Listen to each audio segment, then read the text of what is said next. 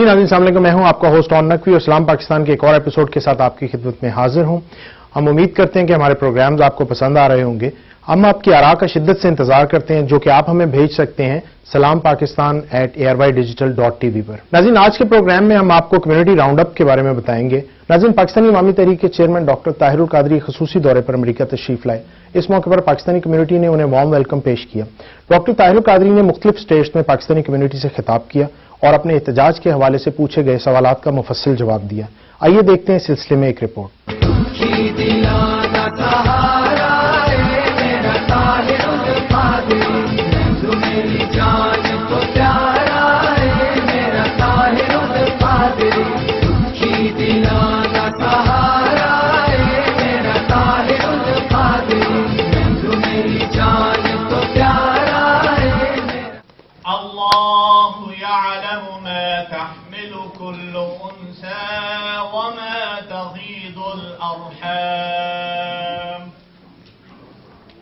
وما تزداد وكل شيء عنده بمقدار عالم الغيب والشهادة الكبير المتعال میں اسی یقین سے نکلا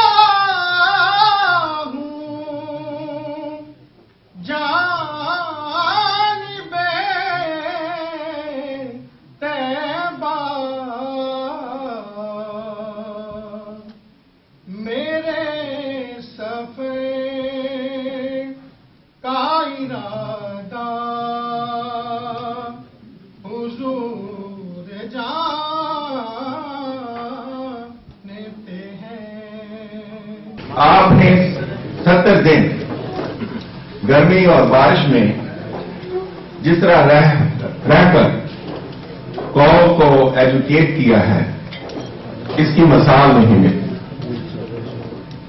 ہم ان کی اس جدوجہد پر اور گھرنے کے سارے شرکا بچے بوڑھے جوان عورتیں انہیں سلام کرتے ہیں۔ پاکستان میں ہر آدمی لیڈر بنتا ہے لیکن عوام کو کیا دیتا ہے یہ آپ بھی جانتے ہیں، ہم بھی جانتے ہیں اور وہاں کے لوگ بھی جانتے ہیں۔ آج علامہ طاہر القادری ایک ایسی شخصیت کے طور پر پاکستان میں بہادری کی علامت بن کر ابھرے ہیں جنہوں نے پاکستان میں 70 دن کا ایک ایسا دھرنا دیا جو کہ پاکستان کے دنیا کی تاریخ میں نہیں ملتا۔ میں آپ سب کی بھرپور تالیوں میں دعوت دیتا ہوں جناب شیخ الاسلام professor doctor Muhammad Tahir al-Qadri.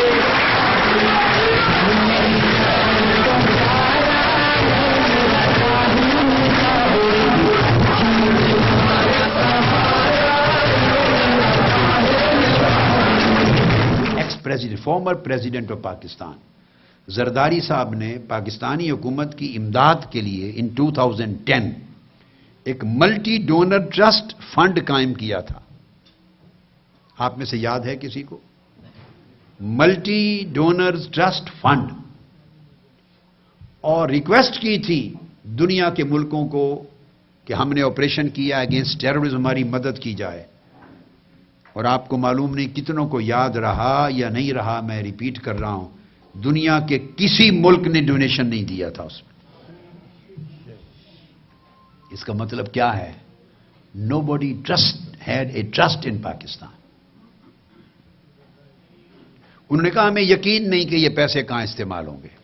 It is 2009 and then 2010۔ اب سنیے، یہی MDTF multi donors trust fund موجودہ حکومت نے اسی کو جاری رکھا، شریف ڈائنیسٹی نے جاری رکھا۔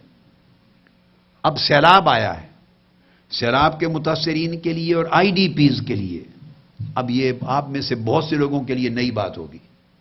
بہت سونے پہلی بار سنیں گے، سوائے ان احباب کے جن کا شعبہ ہے وہ ہمیشہ ریسرچ رکھتے ہیں ان کے سوا۔ آئی ڈی پیز اور سیلاب کے متاثرین کے لیے موجودہ گورنمنٹ، شریفز کی گورنمنٹس نے بھی دنیا کے ملکوں سے اسی ایم ڈی ٹی ایف کے لیے مدد مانگی ہے۔ دنیا کے سارے ملکوں نے مدد سے انکار کر دیا، کسی نے پیسہ نہیں دیا۔ وجہ کرپشن اور بدعنوانی۔ اس نتیجے تک ملک پہنچا دیا گیا۔ اب آگے دیکھیے کیا ہوا۔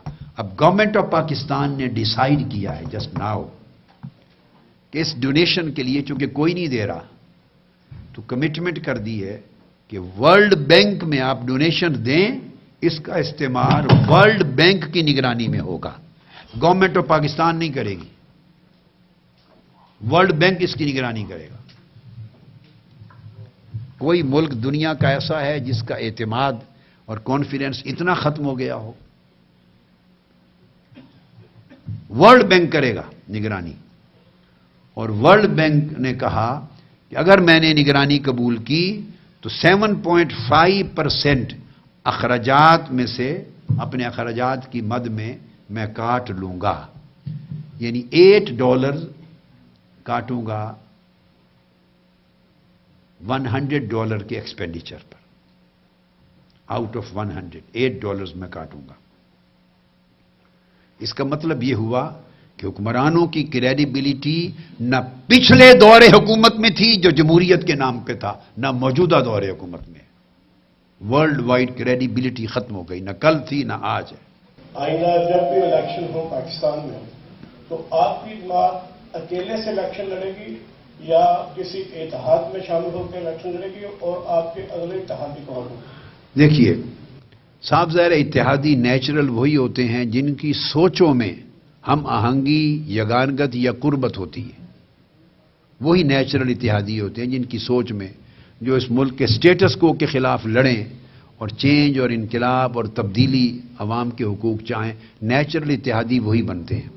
مگر یہ فیصلے وقت پر جا کر قریب جب وقت آئے گا تو اس وقت کیے جاتے ہیں، اس وقت کچھ کہنا ذرا پری میچور ہوگا۔ ہم اکیلے لڑنے کو ترجیح نہیں دیں گے، آپ کا ایک سوال کا ایک جز یہ بھی تھا، ہم ترجیح دیں گے کہ ایک سوچ رکھنے والی قوتیں یکجا ہوں، اجتماعی طاقت سے لڑیں تاکہ سٹیٹس کو کی طاقتوں کو ایک ہی پورے دھکے سے ختم کیا جا سکے۔ خبر کیا آئی تھی کہ الیکشن جو ہے فروری یا مارچ میں ہونے والے ہیں، بعد میں شیخ رشید صاحب نے بھی ٹی وی پہ ایک جگہ آ کر کہا کہ اگلے سال الیکشن ہوں گے 2015 کا سال۔ آپ اس بارے میں کیا کہتے ہیں؟ میرے پاس تو ایسی کوئی خبر نہیں ہے، اور نہ کوئی طوطا ہے میرے پاس کہ میں اس سے پوچھ کے کوئی ڈیٹ بتا سکوں، اور نہ وہ پتھروں والا کوئی کام آتا ہے مجھے۔ یعنی یہ ایک ایسا پروسیس ہے، ہم تو چاہیں گے جتنا جلد ہو قوم کی اس عذاب سے نجات ہو۔ ہم اپنی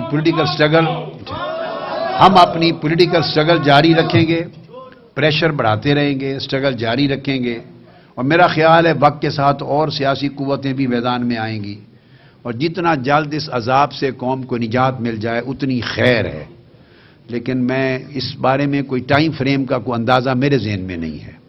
گورنمنٹ جو نجکاری کر رہی ہے جی، انڈسٹری کی یا دوسری پراپرٹی کی، آپ نے اس کے بارے میں کوئی ٹھیک ہے جی، گزارش یہ ہے کہ آپ کو پتہ ہے میں ساری گفتگو ریسرچ بیسڈ کرتا ہوں، اور میرے پاس پورا فائل میں ریسرچ ورک ہوتا ہے۔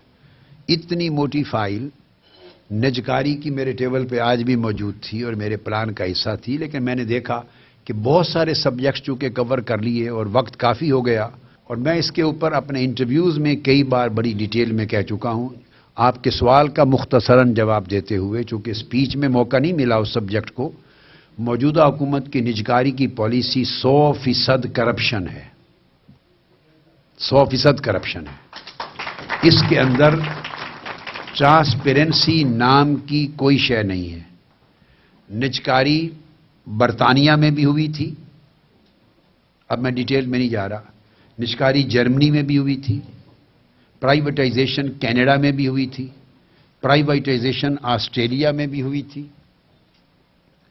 پرائیویٹائزیشن دنیا کے اور بے شمار کنٹریز میں بھی ہوئی، حتیٰ کہ انڈیا میں بھی ہوئی۔ بڑے بڑے ٹاپ کے لیڈر، پارلیمنٹیرینز، اتنے اونچے لیڈر جو ان کی پولیٹیکل ہسٹری میں بڑا فخر کا سرمایہ، ان لوگوں کی کونسلیں ان نجکاری کی حفاظت کرتی اور نگرانی کرتی تھی، اور انشور کیا گیا تھا کہ ٹرانسپیرنٹ طریقے سے ہو اور اس میں کوئی پولیٹیکل انفلوئنس نہ ہو۔ پاکستان کی نجکاری انہوں نے 90s کی پہلی دہائی میں بھی کی، سیکنڈ ٹائم آئے تب بھی کی، اور اب تیسری مرتبہ کی۔ تینوں مرتبہ ساری نجکاری مکمل طور پہ سیاسی بنیاد پر اور کرپشن کی بنیاد پر ہے۔ جو پرائیویٹائزیشن کمیشن بنایا ہے انہوں نے بورڈ، وہ 6 ممبر ہیں، سارے کے سارے نون لیگ کے آدمی ہیں۔ دنیا میں کبھی ایسا نہیں ہوا، سارے نون لیگ کے آدمی۔ ان کے چیئرمین آپ کے سامنے ٹی وی پر، وہ نون لیگ کی مینیفیسٹو کمیٹی کے آدمی ہیں، اور ان کی ساری لائف کا 30 سال کا جو جاب ہے، 30 سال کا، اس میں بزنس اور نجکاری نامی کسی چیز کا ایک دن کا ایکسپیرینس ہی نہیں تھا۔ وہ آئی ٹی کے آدمی تھے اور اس کے اندر ٹیکس کو ڈیل کرنے والے، یا 6 کے 6 آدمی، کوئی ان کا ایم پی اے کا امیدوار، کوئی ان کا مینیفیسٹو کا، سارے پولیٹیکل لوگ ہیں ان کی پارٹی کے۔ تو یہ اپنی ذاتی جائیداد کی نجکاری نہیں کر رہے تھے، یہ پاکستان کے قومی اثاثے کی کر رہے تھے۔ اس کی کمیٹی نجکاری کے لیے پارلیمنٹ پہ اپروو ہونی چاہیے تھی، اسپیشلسٹ ٹاپ کے ہونے چاہیے تھے، بین الاقوامی معیاروں کے مطابق ہونی چاہیے تھی، اوپن میڈیا میں ٹینڈر دیے جاتے، ان کے ٹریک ریکارڈز کو دیکھا جاتا، جو ملازمین اور مزدور کام کرنے والے ہیں ان کو بھی سٹیک ہولڈر ڈکلیئر کیا جاتا اور شفاف طریقے سے کیا جاتا، اور ہیئرنگ میں پبلک کو جب ٹینڈر کھلتے تو کویسچن، جیسے ہمارے سوال جواب ہو رہے ہیں، انہیں کویسچن کرنے کا پبلک کو موقع دیا جاتا، دودھ کا دودھ پانی کا پانی کر کے کہ کہیں گھپلا تو نہیں ہو رہا۔ یہ سارا ہڈن ہینڈ کے ساتھ پس پردہ اپنی جماعت کے لوگوں پر مشتمل نجکاری کمیشن بنا کے دنیا کی تاریخ میں انتہائی کالا کام کیا ہے۔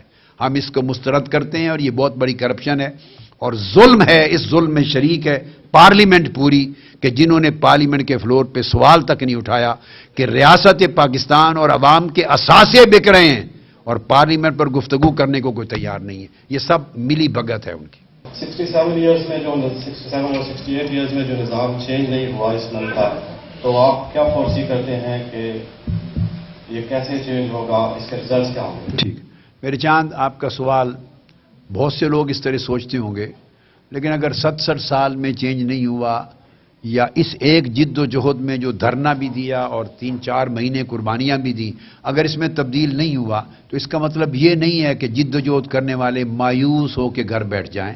مایوسی کفر ہے، ہمارا یقین اسی طرح تر و تازہ ہے۔ ہم جنگ انشاءاللہ جاری رکھیں گے، اور اللہ کی مدد اور عوام کی تائید سے نظام تبدیل ہوگا۔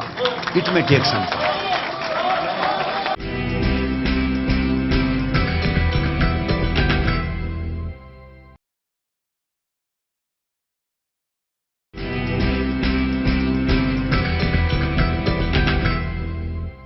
جی ناظرین، پام گروپ آف کمپنیز نے کراچی گولف سٹی کے نام سے ایک میگا پروجیکٹ کا آغاز کیا ہے، اور اسی سلسلے کی ایک تقریب نیو یارک میں منعقد کی گئی۔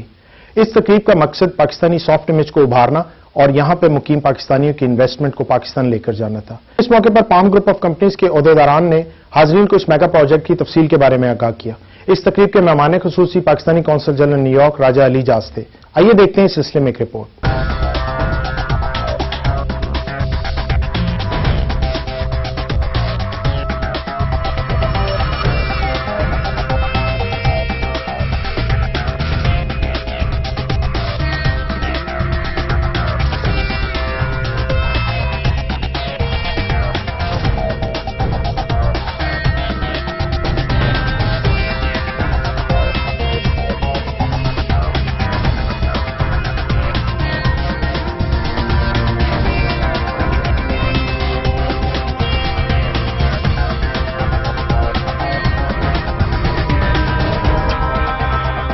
نیو یارک میں یہ ایونٹ ہو رہا ہے regarding Karachi golf city. Palm group of companies and marketing کا جو انٹرنیشنل انفراسٹرکچر ہے اس کا یہ ایک آفس ہے، دبئی ابو دھابی پہلے ہو چکا ہے، اور آج ہم یہاں پر کراچی گولف سٹی کو انٹروڈیوس کر رہے ہیں۔ It's all about housing and lifestyle in Karachi on the super highway, اور اٹ از آلسو سب سے بڑا اگر آپ کہہ سکتے ہیں ہاؤسنگ سیکٹر کے اندر ایز اے سٹی جو پروجیکٹ آ رہا ہے that is Karachi golf city. Assalamu alaikum ji. My name is Raj Ali Ejaz. I am the Consul General of Pakistan in New York. I'm very pleased to be here at the launching platform of Karachi Golf City. We are pleased because this is the first launching ceremony that is being conducted in the North America for the benefit of Pakistani Americans who live here. I think such events are needed here primarily to bring about investment into Pakistan, and more so to introduce the soft image of our country. Hello everyone, I'm here again with the Excited program, a program which is a mega project of Karachi, a city where I was born, raised, and not only that, this program is an international program. We have offices all over the world, in Dubai, Abu Dhabi, Sharjah. Now we have launched formally today, November 14th, in New York, and then we're going to take it all the way to North America, including Canada. The program is so benefited to our people, especially for the people from Pakistan and Karachi. And please come and look at it and look into it. We are going to do an ad campaign. We're going to do all these things so you could see all the benefits that you could get. And this is a mega project which is the top 3 project of Karachi, and I'm excited. Please come and join us. So we formally start our event.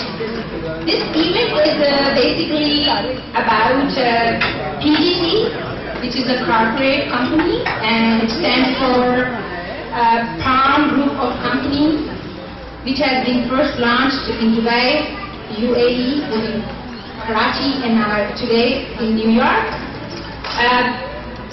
KGC, which is Karachi Golf City, is basically a product, a brand of PGC. So you will soon know that what it is all about, and because we have many people who will be talking about it. Personally, I feel that the world is squeezing into a box, which is called globalization, and today is the best example of that globalization, because this concept of PGC corporate companies was initially initiated in UAE by single-handedly by one man, and now he is promoting sales and marketing everywhere. He is also with us, Mr. Adil Khan, and we will be talking to Ms. Asad Khan, and we will soon be talking to you as well. The first segment is going to be about the event, and we will formally start it, and I will call Mr. Mani Nazeer on the stage to talk to you guys. I will give you a brief introduction, although he doesn't need any, because for me he is, when I came here, I met him. Mr. Mani Nazeer is our first friend. So when I came here, I said, why is this man's name is Mani? And then I came today, I can say, because he's many one. He's really many one. He's looking into so many things. But today he will be talking to you as a marketing partner of PGC, Marketing and Promotion, North America, to welcome the attenders. Mr. Mani Nazeer, would you take the stage, please? Thank you. یہ aspect نیا آج ہم launch کرنے جا رہے ہیں Karachi golf city کا project. It is not a small project, it is a mega project, a project which is the 3 largest projects of Karachi. So we are bringing a hope. اور میں نے کونسل صاحب کو بھی ریکویسٹ کی تھی کہ سر آپ آئیے گا اور آپ ذرا اس بات پہ روشنی دیں. Our idea is this to bring prosperity. Our idea is this to bring jobs. ہم وہاں اسکول کھولنا چاہتے ہیں اس کمیونٹی, وہاں پر اچھے مدرسے کھولنا چاہتے ہیں, مسجد بنانا چاہتے ہیں. تو we will do a lot of good things, but we need your help. جب ہم آپ سے ہیلپ مانگتے ہیں, we want to make sure we work as a partners. My interest is this. ایسا نہیں ہے کہ میں آپ کو کوئی پلاٹ بیچ کے یہ کہہ دوں کے ساتھ you did your job. No, I want you to be a part of it, this destiny. I want you to be, to make sure آپ کو بھی ایک پل کی خبر ہو. You should understand what is going on. And you know what? Pakistan has been suffering. میرا ملک, this is my country too, ladies and gentlemen. I have spent 3 decades here. In Pakistan, where I was born, where my roots are, you know what?